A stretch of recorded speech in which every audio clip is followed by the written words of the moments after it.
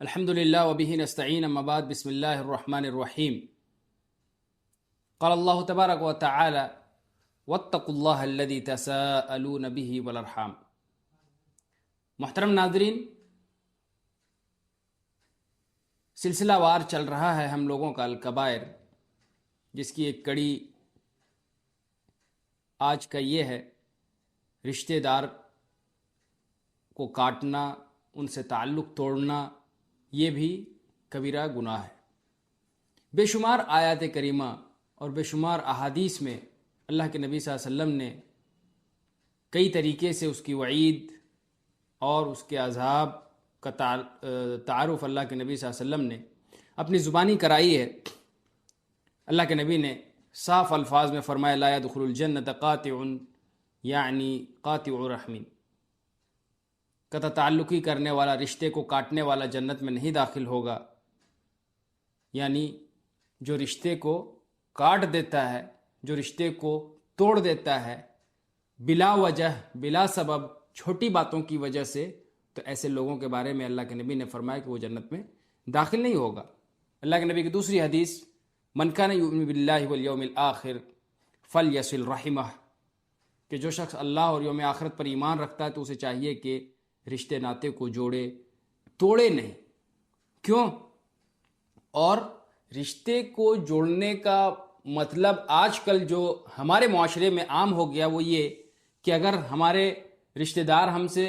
رشتہ نبھاتے ہیں، اگر ہم سے تعلق قائم رکھتے ہیں، اگر ہم سے لین دین کرتے ہیں، اگر ہمیں اپنے یہاں اپنے خوشیوں میں غمیوں میں بلاتے ہیں، دعوت دیتے ہیں، تو ہم بھی ان کے ساتھ ویسا ہی معاملہ کریں گے۔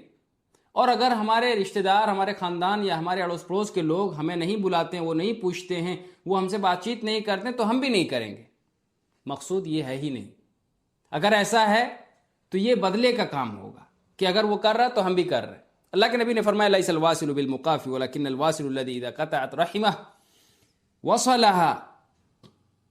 کہ بدلے میں کسی سے رشتہ جوڑنا، بدلے میں کسی سے تعلق قائم کرنا، یہ اصل صلہ رحمی نہیں ہے، بلکہ صلہ رحمی تو یہ ہے اگر کوئی آپ سے منہ موڑے، اگر کوئی آپ سے بات نہ کرنا چاہے، اس کے باوجود آپ اسے سلام کریں، اس کے باوجود آپ ان سے رشتہ قائم کریں، در حقیقت یہ ہے رشتے کو قائم کرنا۔ اگر آپ سے وہ رشتہ توڑ کر کے بھاگنا چاہ رہا ہے، اگر وہ آپ کو دعوت نہیں دیتا ہے، آپ ان کو دعوت دیجیے۔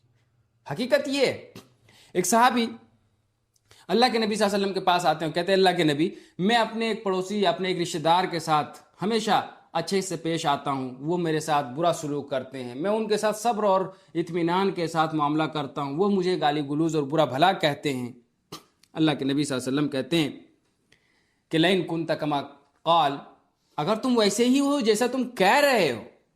یعنی تم جیسے بیان کر رہے ہو، اگر تم ویسے ہی اسی بات پر قائم ہو، فکأنما تصفهم المل،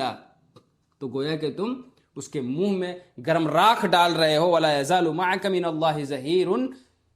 علیہم ما دمت علی ذلک، اللہ کے نبی نے فرمایا جب تک تم یہ معاملہ کرتے رہو گے،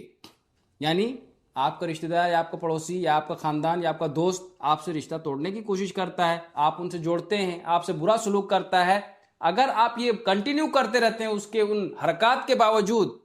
تو اللہ کے نبی نے فرمایا اللہ کی طرف سے آپ کے حق میں ایک مددگار مقرر کر دیا جائے گا جب تک آپ وہ کرتے رہیں گے۔ یہ حد ہے